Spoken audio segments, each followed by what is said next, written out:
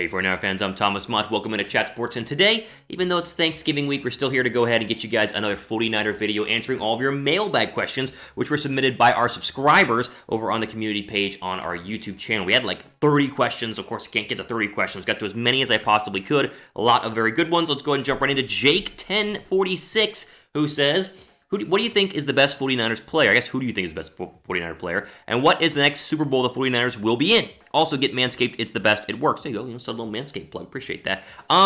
Best 49er right now is Fred Warner. I mean, if you want to go like right now on this football team actually playing, it's Fred Warner. He is unbelievable at the linebacker position. He is one of the glue guys on this defense and probably the best player, again, not just offensively, but defensively as well. Not defensively, but offensively as well. He's been absolutely fantastic this year. If you want me to get into the best players overall who are going to be on the roster next year, I mean, I think Bosa goes 1, Warner goes 2. I put Kittle at 3, Mostert at 4.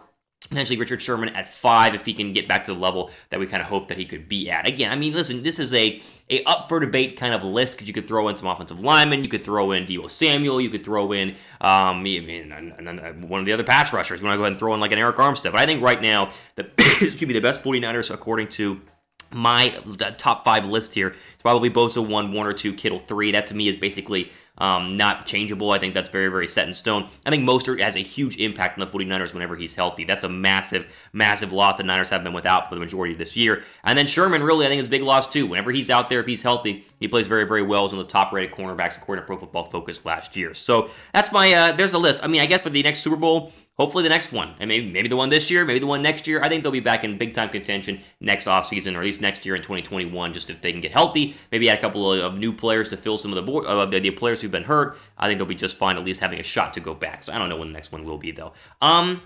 Start with this. Give me your list. Like, I just gave you, okay, give me your top 5 best 49er players right now. I want to see how your list compares to my list. Again, I'm going Bosa, Warner, Kittle, Mostert, and Sherman. Let me know what you guys think in the comment section down below. It's Pyron says, if Sherman does end up switching to safety in the offseason, who will replace him? Who will he replace, Tartt or Ward? I think very, very easily Tartt, because Tartt's in a contract year. Ward, of course, signed a new contract this offseason, so he's not going anywhere anytime soon, even though he, hasn't been the best this year. But I think it would be Jaquiski Tartt, final year of his deal. It just makes the most sense because you could then have Ward, Sherman together, and then maybe draft a cornerback to go ahead and refill on the outside. Could revamp the secondary and make it play a lot better than what it's been so far this season. Quickly, Black Friday is coming up, and we got great Black Friday deals on all 49er gear, at least a vast majority of 49er gear right now. Go to chatsports.com/49ers Friday. Check out all of the deals. I mean, they got t-shirts, hoodies, hats, men's, women's, youth, all the stuff you could possibly hope for to go ahead and probably wrap up that Christmas shopping list, whether you got kids, whether you got a girlfriend, wife, husband, whatever it is. All of it, the majority of it, I should say, is on sale. Just go ahead and peruse through the link down below in the description box. Jetsports.com/49ers Friday. Again, link is down below. Jump on these deals quickly because it's Friday, and it's the Black Friday deal, and a lot of them are going to be selling out. The size you might want, they might not have, so jump on these as quickly as you can. Next question says, what do you think about Robert Saleh's future? Does he become a head coach or stays in San Francisco? I think he does become a head coach. I think that the likely scenario is that Saleh is going to go ahead and leave in the offseason and take a head coaching job somewhere. Now, no clue where. I couldn't even begin to tell you where. But at the same time, in the modern National Football League, a lot of teams want offensive-minded head coaches, so this might hurt Robert Saleh's chances to go ahead and get picked up for a head coaching job. Remember, he interviewed last year with the Cleveland Browns and lost to Kevin Stefanski, who was an offensive coordinator. You add him next to this list of other potential head coaching candidates, and you can see that, you got Eric Bieniemy, who's definitely going to be a head coach next year. You got Arthur Smith, the OC of the Tennessee Titans. Joe Brady, the OC down there in Carolina. Brian Daboll, of course, the OC over there in...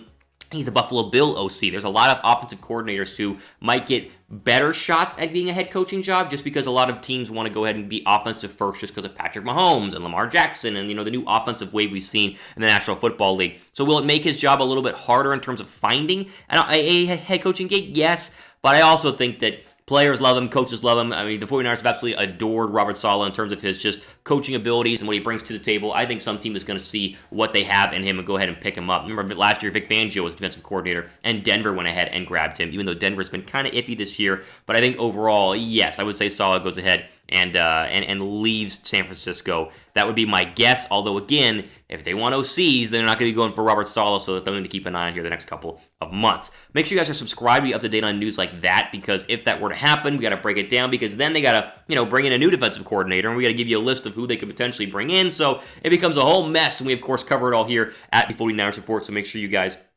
subscribe down below, and also just subscribe because I'm working here during the Thanksgiving week, right? You're just at home relaxing, probably watching the video on the couch. You have the cousins running around being loud. You're probably having a great Thanksgiving week, and so sub to show some appreciation for old Thomas, working hard here during the week of Thanksgiving.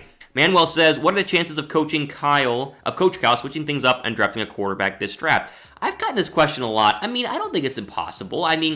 We have talked about a lot on this show how Kyle Shanahan has given the seal of approval for Jimmy Garoppolo in 2021. So while we think that Garoppolo probably will be the quarterback next year, it doesn't guarantee that they still wouldn't draft somebody. So I think there are 3 quarterbacks in this draft that they would actually look at, because you got to remember, there's no chance of Justin Fields, and there's a 0% chance of Trevor Lawrence. So those are the top 2 quarterbacks in the draft. Forget about him. Move him out of the way. These are the 3 that would make sense for San Francisco. Kyle Trask, who has a Heisman-type year going in Florida, playing very, very well. Arm strength is an issue, but still, he's throwing a lot of touchdowns down there at UF. Zach Wilson, of course, the BYU quarterback, who has a cannon for an arm, but also is playing at BYU, so they basically play nobody.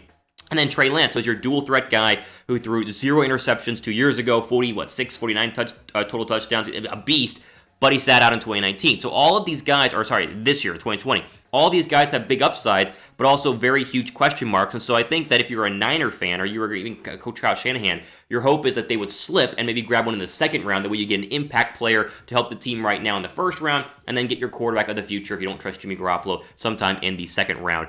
Trey Lance is very interesting to me. He's an interesting guy, and the dual threat aspect of it, something that Shanahan has really never worked with. You go back to the Atlanta years, he still had Matt Ryan, and then, of course, coming to San Francisco, has never had a real mobile quarterback. I think him with a mobile quarterback would be very fun to watch overall from an offensive game plan perspective, just because, he's one of the best to scheme up there, and if you add a running ability from a quarterback position who can also throw first quarterback who can run, I should say, I think he could do some fun things. So I would keep an eye on Lance, and Lance, again, might slip because he, of course, sat out the entire 2020 season.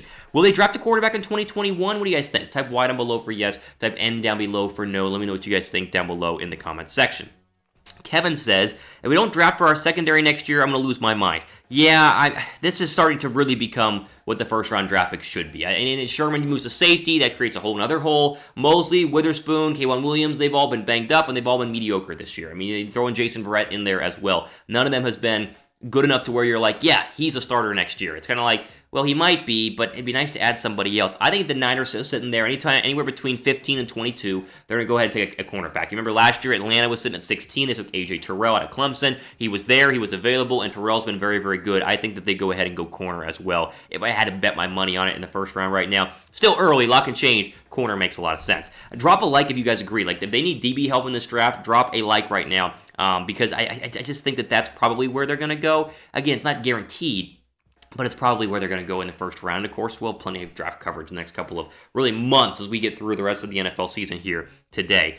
Dynamite says, should the 49ers trade Dee Ford for a 4th rounder and draft a D-end in the 4th? So the issue with this is, of course, that Dee Ford is in a contract year. So he's a free agent after this year, so they're not going to be able to trade him. They tried to trade him at the deadline. Of course, no one wants to trade for a guy who, 1, is injured, and 2, costs like $14 million a year. So they can't trade him. I think they will cut him. And then I do think that they might add another pass rusher, whether it's in free agency or in the NFL draft, not in the first or second round, maybe a later round, just to go ahead and have someone to kind of learn and be the opposite pass rusher, of course, opposite of Nick Bosa, who should be back next year.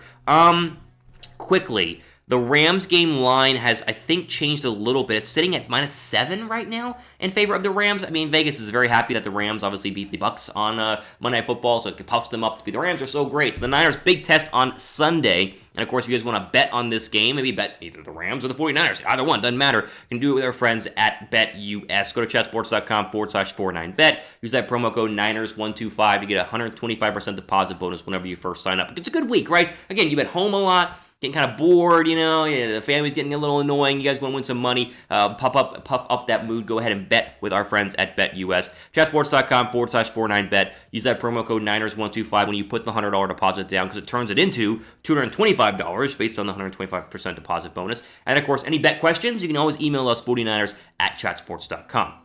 Let's get to some more questions here. I think we got time for one more. RJ Pfeiffer, do you think Nick Bosa will return to 100% next year? I hope so. I really do. Now, again, Bosa goes down with the injury. It's one of those injuries that, of course, will take the entire year, and so there's no chance of Bosa coming back anytime soon. But I think with the lower body injury, at least in the modern NFL, the majority of people can come back 100%. Not everybody. I mean, not everyone comes back 100%, but the majority of them can. We've seen plenty of big-time pass rushers and just big-time players overall have a major knee injury and still be able to come back a year later. I think it's crucial that he does return to 100% next year because you have seen the immense decline of the 49er pass rush. I mean, the immense decline of the Niner pass rush. This was the best pass rushing unit in the NFL last year, and now it is a mid-tier to low tier in terms of pressure rate, sack rate, quarterback hits, whatever you want. Like, it's just, I mean, Armstead has struggled. Kinlaw's been okay. He's been up and down, at least early on in the year. He's got a lot better. But having a guy like Bosa out there, even though young career, great last year, he still has a lot to prove, but having him out there is massive, and it's huge for the 49er team in general because when they're getting pressure on the quarterbacks, that takes pressure off the linebacker, it takes pressure off the secondary. I mean, I think the safeties played a lot better last year just due to the fact that, I mean, people were getting hit every single play whenever you played San Francisco. So, yeah, I think he will. There's no reason why he wouldn't, and the fact the injury happened so early in the 2020 year, during the 2020 season, I should say, bodes well for him to have the full year, a full offseason, and then the hope is he could come back for training camp and kind of get in game shape, because that's, of course, a big problem, as you always see in the National Football League. But, yeah, I mean, he needs to come back 100% because he's a big, big, big reason why the 49ers could be, right back into contention next year if they get everybody healthy and kind of have a nice draft, and then, of course, be good to go and be ready to go. So that's something definitely to keep an eye on. But there is no news in terms of like his offseason progress. He had a successful surgery, and that's all we've heard. So there you go. Ultimately, all for today here on the rumor mailbag video. A lot of questions and a lot more were asked that I was not able to get into. So I wanted to jump in here. The discussion is starting to shift a little more towards the offseason. I think Niner fans are starting to not accept the fact that they might not go to the postseason, because I still think it's a real possibility, but we're looking ahead to how we make the team better and therefore get back to the 13, 14, whatever win year we had last year. How can we do that in 2021? I think we're going to be here to help you guys kind of figure that out as we walk alongside you with all the latest offseason news and rumors coming up. But still, a lot of games left, so we're focused again now, and then we'll go to the future in the future. Ultimately, out for today here on the 49ers Report. Again, wanted to jump on here, even though it is the week of Thanksgiving. If it is Thanksgiving today, whenever you're watching this video, happy Thanksgiving. Hope you have a great and safe day with your friends and family. For the 49ers Report, I'm Thomas Mott, signing off. Enjoy the rest of your day.